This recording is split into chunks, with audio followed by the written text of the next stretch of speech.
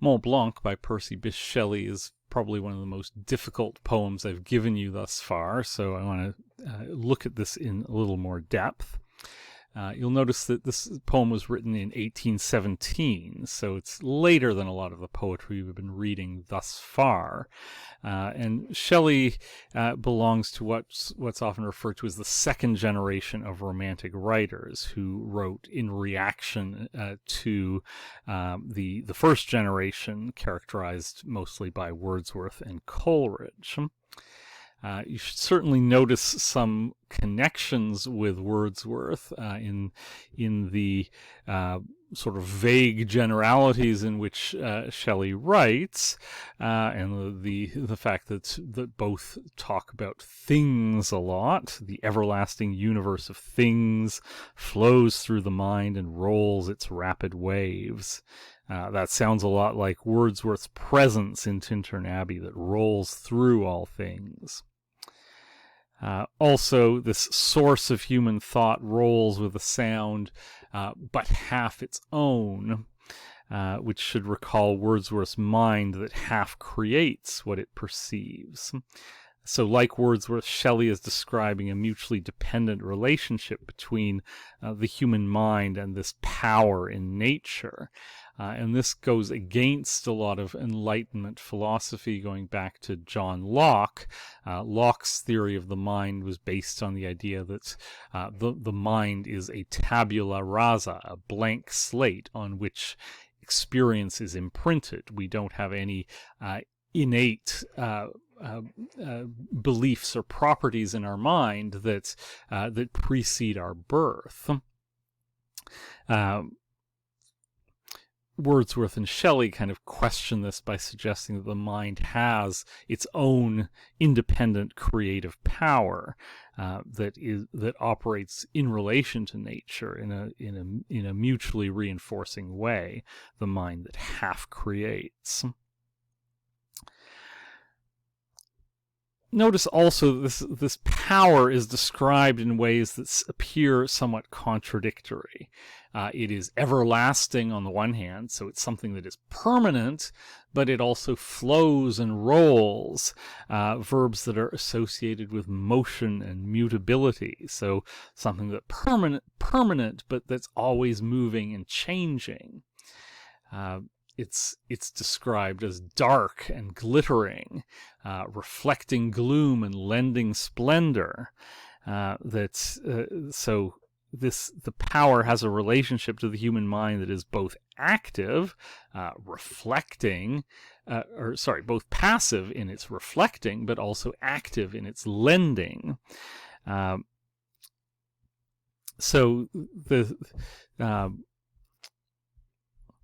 Or later on at the beginning of the third stanza, we're told, some say that gleams of a remoter world visit the soul in sleep, that death is slumber. It's again echoing a Wordsworthian idea which comes from an ode the Immortality Ode, which we're going to read later.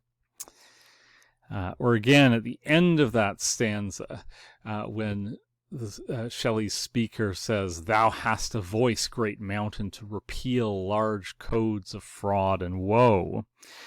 This very much gives us a sense of a Wordsworthian sense of nature as a moral force.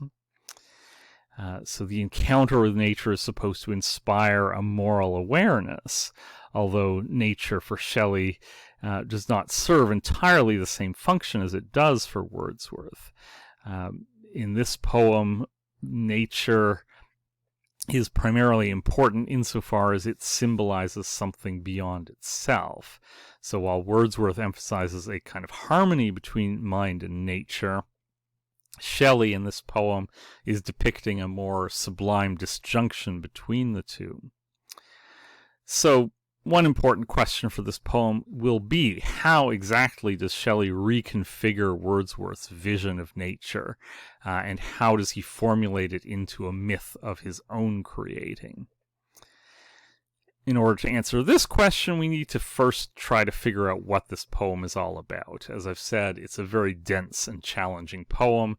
You probably found yourself having to reread certain passages because they just don't quite intuitively make sense the first time around.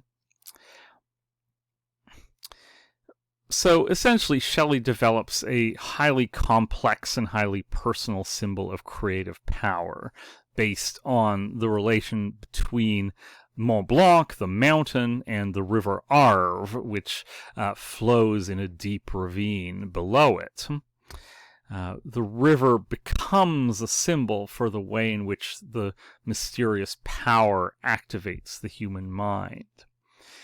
In the first stanza, we're told that this mysterious power emanates from secret springs, and the speaker then compares it to a feeble brook, which then, by the end of the stanza, comes down in a vast river that ceaselessly bursts and raves. So, the first image we get is one of a river that originates inside the rocks of a high mountain, then gradually picks up speed and increases in size as it goes along.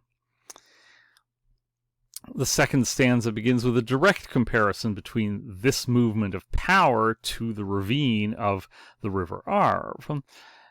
So instead of being a general metaphorical river, it becomes a real, actual river. He describes the ravine as an awful scene where power in the likeness of the Arve comes down.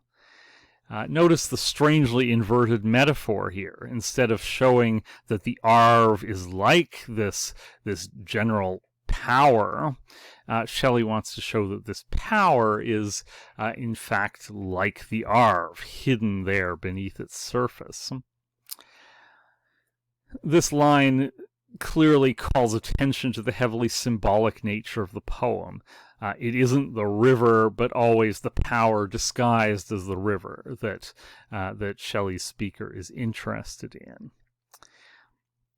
The speaker describes the powerful movement of this river, which flows restlessly and seemingly randomly, referring to the Arve's commotion, its ceaseless motion, its unresting sound, and he calls it a dizzy ravine. All words that suggest its tumultuous nature.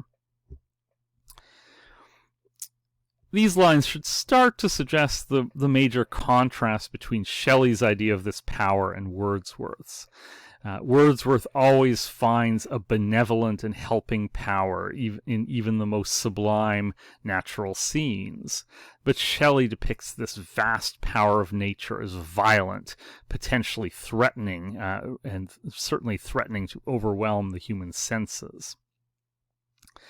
In fact, these lines suggest that the speaker himself is getting lost in the scene he's describing, much as the reader is likely to do, suggestive again of the sublime power of the river. Similarly, the power Shelley invokes seems to roll through the human mind in a powerful but seemingly indifferent fashion.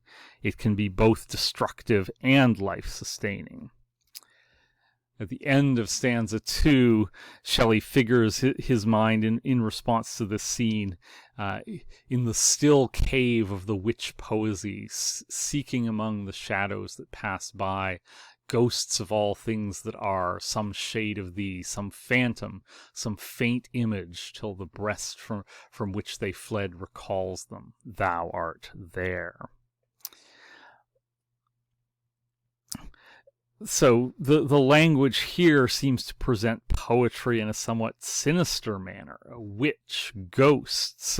There's something supernatural and gothic in this final passage in this stanza, as though poetry were a way of manipulating or enchanting the power of nature, but with that language, maybe not necessarily in a positive way.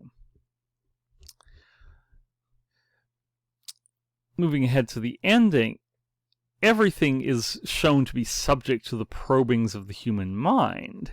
Mont Blanc may be terrific and sublime, but it needs the speaker or observer to be so.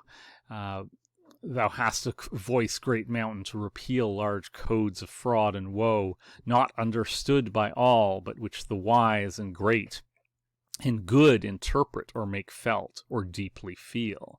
So this moral force that the mountain represents requires the observer to make it so. The wise, the great, the good, you have to have some kind of ability to interpret or make felt or deeply feel. And similarly, in the very end of the poem, the secret strength of things which governs thought, and to the infinite dome of heaven as a law inhabits thee. And what were thou, and earth, and stars, and sea, if to the human mind's imaginings silence and solitude were vacancy? So Mont Blanc has great power, but if we didn't care, it maybe wouldn't matter. The power is not inherently there. Another reference to 18th century philosophy, Bishop Berkeley had the famous dictum, "To be is to be perceived," that if something is not perceived by someone, it has no existence. And Berkeley posits God as the force that is perceiving everything and thus keeping it all in place. So Shelley's point of view is kind of similar to Berkeley's here. Subject and object do not have independent existence, but depend upon one another. So the poem ends with this statement of reliance upon the human interpretation of the divine. And we might relate this to Shelley's comment in his journal when he was actually describing his journey past Mont Blanc. He said that the ravine was so deep that the very roaring of the untamable Arve which rolled through it could not be heard above. So that's kind of significant for this poem, in that he's talking so much about the sound of the river, but it's a sound that you can't empirically actually hear from the position he's describing it. And yet he knows it's there. The very roaring it could not be heard. He knows it's roaring, but he can't hear it roaring. So the sublimity of this scene comes from, in a way, the absence of that sensual experience. The poem thus ends with its focus squarely on the poet, who seeks to express the universal power through symbolic language, and who struggles to express the sublimity of this power because of the limitations of this language. So the poem suggests that a harmonizing vision of nature is possible only from a far removed vantage point, where one can both see and at least imagine hearing. In which case, perhaps the point of the poem is that we are supposed to find it difficult. We're supposed to get lost in it. After all, the poem tells us that everything in the mortal world is incomplete and changeable.